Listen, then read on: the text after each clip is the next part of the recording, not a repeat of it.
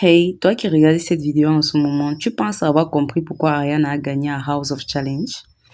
Tu penses que c'est juste une question de popularité ou de mérite? Non, parce que ce qui s'est passé n'était pas normal. Et surtout, ce n'était pas innocent. Aujourd'hui, on va parler de quelque chose que beaucoup de gens ressentent, mais que très peu osent le dire à voix haute. Ici, la voix du silence, là où le silence parle plus fort que le bruit. Ariane n'a pas seulement gagné, Ariane a dominé, Ariane a écrasé la compétition. Et la vraie question que tout le monde devrait se poser, c'est est-ce qu'elle a gagné grâce à son talent ou grâce à une stratégie émotionnelle extrêmement puissante? Reste bien jusqu'à la fin, parce que plus on avance dans cette histoire, plus ça devient dérangeant. Lorsque Ariana arrive dans House of Challenge, honnêtement, rien ne la distingue vraiment au départ. Elle n'est pas la plus bruyante, elle n'est pas la plus provocatrice, elle n'est pas la plus stratégique en apparence, mais elle a quelque chose de subtil, quelque chose que beaucoup de gens n'ont même pas remarqué au début.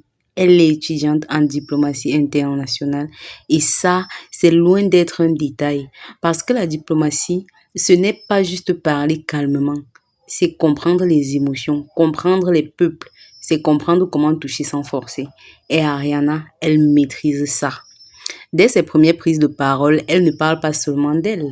Elle parle de quelque chose de plus grand. Elle parle d'Haïti et ses souffrances. C'est là que tout commence, parce que la majorité des candidats jouent pour eux-mêmes, entre guillemets, s'il vous plaît, parce qu'ils veulent gagner de l'argent, gagner de la visibilité, devenir influenceur plus, percer sur TikTok encore plus. Bien sûr, ils transportent avec eux des projets, des startups, etc. Mais quand on regarde de plus près, ce n'est pas pareil. Mais Ariana, elle change complètement le jeu. Elle ne dit pas votez pour moi. Non, elle dit je représente mon pays, je représente Haïti, je représente un peuple en difficulté et ça change tout. Parce qu'à partir de ce moment-là, ce n'est plus un jeu, ce n'est plus une compétition, c'est devenu une cause. Ariana ne fait pas de buzz inutile. Ariana ne s'agite pas inutilement. Elle porte un message du cœur. Elle porte un message haut et fort venant du fond de son cœur. Elle parle calmement, mais ce qu'elle dit touche directement le cœur. Elle parle des enfants en Haïti, des difficultés du pays, du manque d'accès à l'éducation, de l'histoire du pays, de la fierté du peuple haïtien et surtout, elle promet quelque chose. Si je gagne, je vais aider. Je vais permettre à 50 jeunes d'avoir accès à l'éducation. Et là, on franchit un cap parce que maintenant, voter pour Ariana, ce n'est plus voter pour une candidate, c'est voter pour des enfants, c'est voter pour un futur, c'est voter pour un espoir. Et ça, c'est exactement et extrêmement puissant. À un moment donné, les choses changent. Les votes explosent, les cadeaux sur TikTok deviennent énormes, anormalement énormes. Les soutiens viennent de partout. Haïti, la diaspora, l'Afrique, même les Européens, oui. Même les Français ont voulu voter, mais certains ne pouvaient pas car le site ne le permettait pas. Et pourtant, l'engouement était déjà hors norme. Maintenant, pose-toi cette question. Est-ce que tout ça a été spontané? Est-ce que c'était calculé? Parce que quand on analyse bien, Ariana parle toujours avec émotion, reste toujours assez calme, ne crée jamais de conflit, rassemble au lieu de diviser. On a vu ça avec plusieurs pays. Et surtout, elle ne parle jamais contre quelqu'un. Elle parle toujours pour quelque chose et ça, c'est typiquement une posture diplomatique. Mais attends, parce que là où ça devient vraiment intéressant, c'est quand on se rend compte que les autres candidats n'avaient aucune chance. Et ça, ce n'est pas normal. Dis-moi, soyons honnêtes 2 secondes, peu importe le niveau des autres candidats, peu importe leur talent, peu importe leur stratégie, ils ne pouvaient pas gagner. Pourquoi? Parce qu'ils jouaient à un jeu qui n'était plus le même. Eux, ils étaient encore dans une compétition, une émission, un divertissement. Mais Ariana, elle était déjà dans autre chose. Elle était dans une mission, une cause, un symbole. Et quand tu opposes un candidat à un symbole, le candidat perd toujours. De plus, il y a quelque chose que beaucoup de gens sous-estiment, la puissance de la diaspora. Les Haïtiens ne sont pas seulement en Haïti. Ils sont en France, au Canada, aux États-Unis, en Afrique, un peu partout dans le monde. Et quand ils se mobilisent, c'est massif. Mais là, ce n'était pas une mobilisation normale. C'était émotionnel. C'était presque instinctif.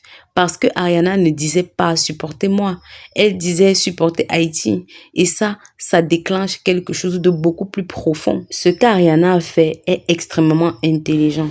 Elle a combiné deux choses, l'identité, l'émotion, et ça, c'est la combinaison la plus puissante qui existe.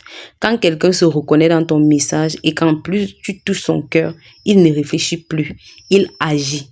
Et c'est exactement ce qui s'est passé. Maintenant, parlons de quelque chose de très important, TikTok. Parce que sans TikTok, la victoire n'aurait pas été aussi écrasante. Les lives, les cadeaux, les dons, tout ça a été créé, une dynamique complètement folle.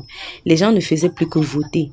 Ils donnaient encore, encore et encore. Et plus ça montait, plus les autres donnaient aussi. C'est un effet boule de neige, un effet psychologique très connu. Si tout le monde donne, alors moi aussi je dois donner. Et là, ça devient incontrôlable. À un moment donné, ce n'était même plus logique. Les votes excessifs, les cadeaux démesurés, le soutien écrasant.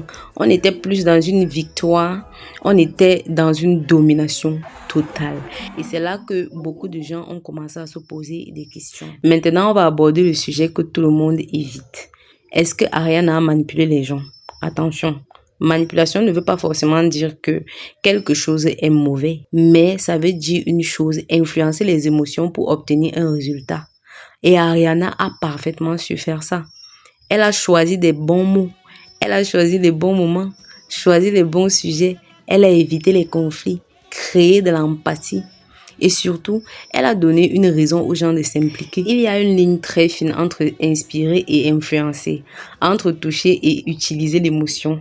Et la vraie question c'est, est-ce que Ariana a simplement inspiré ou est-ce qu'elle a utilisé l'émotion comme levier stratégique? C'est ça le point le plus important. Les gens n'ont pas voté pour Ariana. Ils ont voté pour Haïti. Ils ont voté pour une histoire. Ils ont voté pour un rêve, pour un symbole.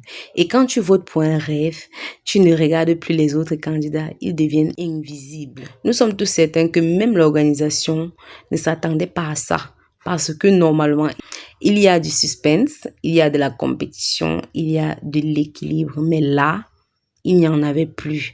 C'était déjà décidé bien avant la finale. Tous nous savions qu'Ariana allait remporter cette compétition. Mais attends, parce que là où ça devient vraiment dérangeant, ce n'est pas sa victoire. C'est ce que cette victoire révèle sur nous, sur les réseaux sociaux, sur la manière dont on vote aujourd'hui. Il faut être juste.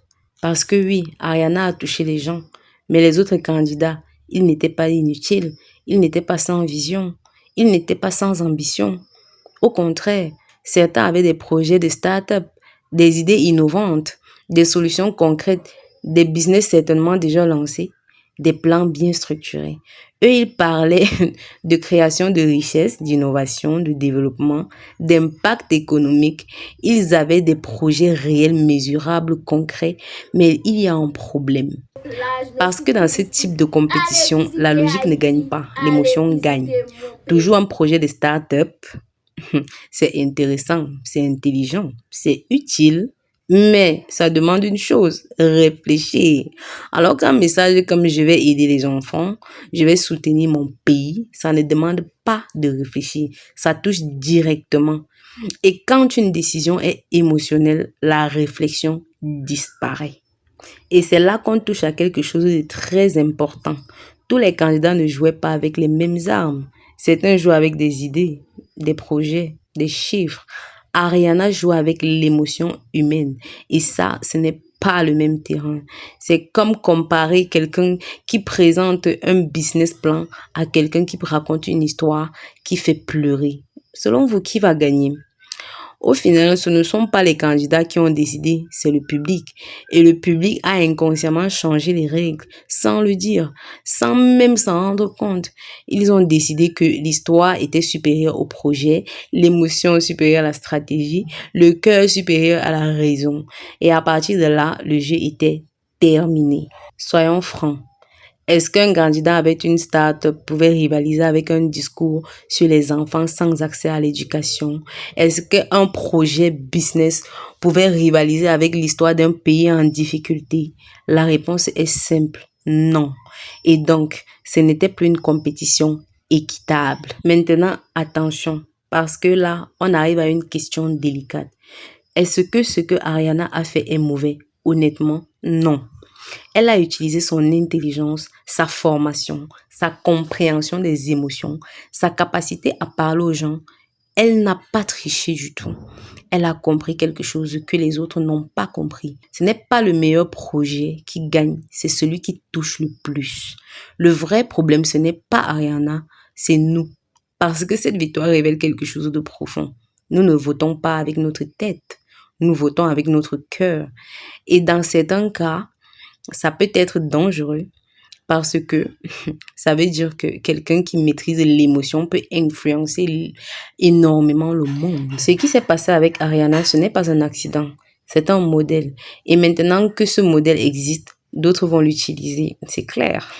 On va certainement voir des candidats qui vont raconter des histoires fortes, jouer sur l'identité, jouer sur la souffrance, jouer sur l'espoir, parce que ça marche.